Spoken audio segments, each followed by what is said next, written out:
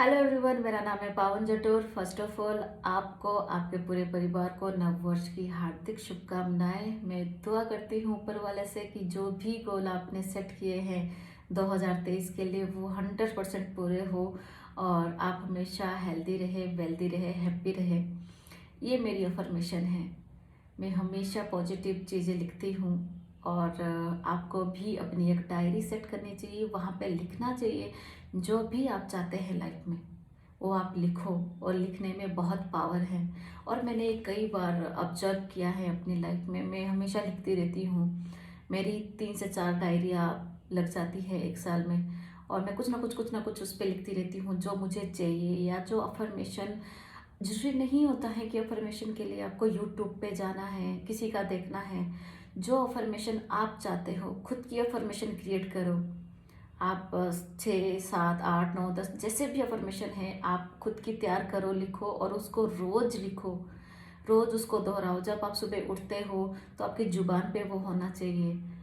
जब आप रात को सोते हैं तो आपकी जुबान पे होना चाहिए। जब आप नहाते हो, स्पेशली जब आप पानी के कांटेक्ट में जाते हैं तो आपको वो बोलना चाहिए, वो सोचना चाहिए जो आपको लाइफ में चाहिए।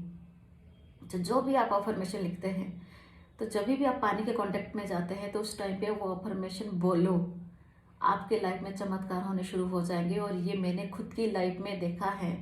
जब मेरी हेल्थ डिसबैलेंस हो गई थी और मुझे कुछ भी समझ में नहीं आ रहा था कि क्या करूं, अचानक से क्या हो गया, जब मेरे बच्चे बोर्डिंग स्कूल चले गए, उस टाइम पे मैंने अफर्मेशन लिखी और खुद उसको प्रैक्टिस किया और मैंने अपने आप को रिकवर किया।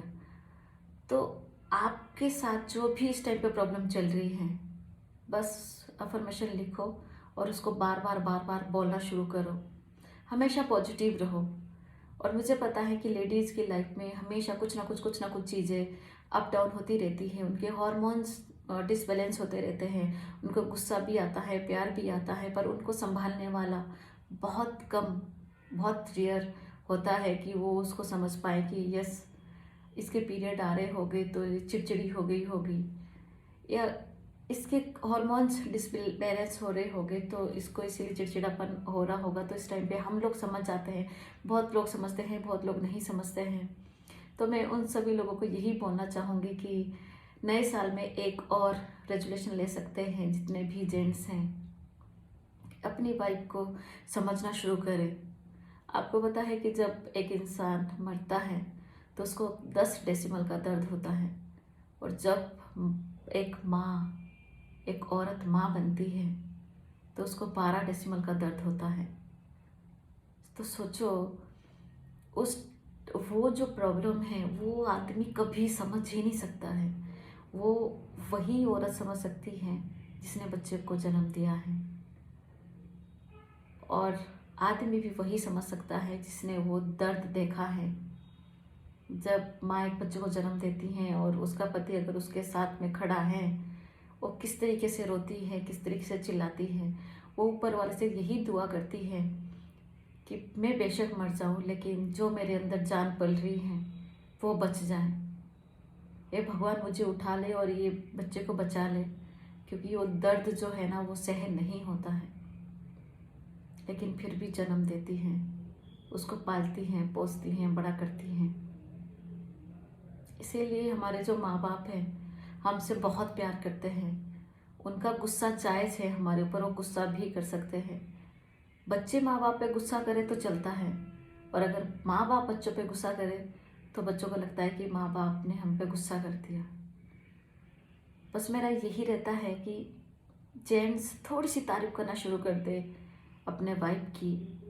ये नए साल में यही रेजोल्यूशन बना दे कि उसको समझना शुरू कर दे, उसको देखना शुरू करे कि उसको कहीं प्रॉब्लम तो नहीं है। उसकी आंखों में देखे कि वो खुश है। उसकी आंखें सब कुछ बता देती हैं। उसकी आंखें बता देती हैं कि वो खुश है, उसकी आंखें बता देती हैं कि वो दुखी है, उसकी आंखें बता देती हैं कि वो मायूस है, उसकी आंखें बता देती हैं कि क्या चल रहा है। क्योंकि एक औरत ना सुबह से लेकर शाम तक जैसे घराट चलता है ना, जैसे चक्की चलती है, वैसे ही चलती रहती है। कभी भी वो शिकायत नहीं करती है, कभी भी उसके लिए संडे नहीं आता है, कभी भी उसकी तारीफ वैसे नहीं होती है तुमने आज बहुत अच्छा खाना बनाया, तुम्हारी वजह से मेरी लाइफ पूरी तरीके से चेंज हो गई है। लेकिन बहुत सारी जगह पे मैंने देखा है, एक औरत कितने भी दर्द में है, उसको पूछने वाला कोई नहीं है, और हमेशा वो बोलती हैं कि काश मुझे समझने वाला कोई होता। एक लड़की अपना घर छोड़ के आती है और किसी और के घर को अपना घर बनाती है, और उस टाइम पे अगर उसको समझने वाला कोई ना हो तो सोचो उसके ऊपर क्या बीतती है। अदरवाइज बहुत सारी जगह पे मैंने देखा है, मायके वाले बोल देते हैं कि तुम्हारा ये घर नहीं है, तुम्हारा अब ससुराल का घर है, और कई बार ससुराल वाले बोल देते हैं कि तुम तो पराए घर से आई हो। तो सोचो एक लड़की के ऊपर कितना ही बीतती हैं, लेकिन फिर भी वो हमेशा मुस्कुराती हैं। और मेरे साथ भी बहुत बार ऐसा होता है लाइफ में, मैं बहुत बार गिरी हूँ, बहुत बार उठी हूँ, बहुत सी बातें मैंने सुनी हैं, बहुत से ताने मैंने सुने हैं लोगों के जब मैंने काम करना शुरू किया है। अरे ये तो बहुत फैशनेबल है, अरे ये तो बालों में कलर करती है, अरे ये तो बहुत मेकअप करती है, अरे ये तो कहाँ से आई हैं और पैंट शर्ट डालती हैं, जीन्स डालती हैं, बहुत सारी चीज़ें। लेकिन मुझे पता है कि मैं क्या कर रही हूँ। मुझे ये भी पता है कि अगर एक औरत के पास करैक्टर है तो कोई भी उसकी साइड उंगली नहीं उठा सकता, और अगर उंगली उठा दे तो वही उंगली उसकी तरफ भी उठती है। इसीलिए मैं हमेशा बोलती हूँ कि अपने करैक्टर को बचा के चलो। चाहे आज कोई लड़की है और स्कूल में पढ़ रही है, कॉलेज में पढ़ रही है, अपना करैक्टर बचा के चले, क्योंकि लड़की के पास एक करैक्टर ही है। एक आदमी कितनी भी गलती करे ना, फिर भी वो एक्सेप्टेबल है। लेकिन अगर एक औरत, एक लड़की गलती करे तो हमेशा लोगों के ताने सुनने पड़ते हैं। आपने देखा है कि अगर एक लड़की अकेली होटल में रुकती है तो उसके ऊपर 100 सवाल उठते हैं, ये पता नहीं क्यों रुकी होगी, इसका पता नहीं क्या चल रहा होगा। और अगर एक आदमी होटल में अकेले रुक रहा हो, उसके ऊपर कोई क्वेश्चन मार्क नहीं है। अगर एक औरत किसी आदमी के साथ खड़ी है और बातें कर रही हैं तो वही 100 औरतें या 2-4 औरतें बगल में से निकल के बोलती कि ये देखो कैसे इसके साथ बातें कर रही है। और अगर आदमी बातें करे तो उसका कुछ भी नहीं है। औरत को हमेशा अपने आप को प्रूव करना पड़ता है कि वो सही है, वो सही काम कर रही है। इसीलिए औरत की रिस्पेक्ट करे, क्योंकि औरत है तो सब कुछ है, क्योंकि वो पूरे घर को संभालती हैं। आप काम करो। मैं हमेशा एक लड़की के लिए, एक औरत के लिए बोलती हूँ कि आप काम करो, आपके लिए किसी ने कभी भी रोका नहीं है। और मैं यही दुआ करती हूँ कि और प्रे भी करती हूँ कि औरत हमेशा हेल्दी रहे, क्योंकि उसका हेल्दी रहना बहुत इम्पोर्टेंट है। और मैं रिक्वेस्ट करती हूँ उनके परिवार वालों से कि उसको काम करने की इजाज़त दें, क्योंकि एक औरत घर का काम भी कर सकती हैं, बाहर का काम भी कर सकती हैं। जिसे बोलते हैं ना कि एक औरत ना तो घर के काम से थकती है, ना बाहर के काम से थकती है। अगर वो थकती है तो जो घर वाले उसके ऊपर ताने मारते हैं ना, उससे वो थक जाती है। तो कभी भी अपनी बहू बेटियों पे ताने ना मारे।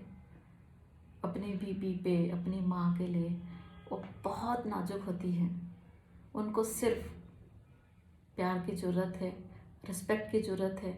और जिस दिन औरत के लिए रिस्पेक्ट शुरू हो गई, उस दिन उस घर में घर का स्वर्ग बन जाता है। और मैं इस मामले में बहुत लकी हूँ कि मुझे ऐसा पति मिला, मुझे ऐसा ससुराल मिला, मुझे ऐसा मायका मिला कि सब लोग साथ में खड़े हैं, और किसी भी चीज़ के लिए कोई रोक टोक नहीं है। लेकिन यस, कुछ लोग बाहर ऐसे होते हैं जो आपकी टांग खींचते हैं, जो आपके लिए बातें बनाते हैं। बट इट्स ओके, आप अपना टारगेट पूरा करो।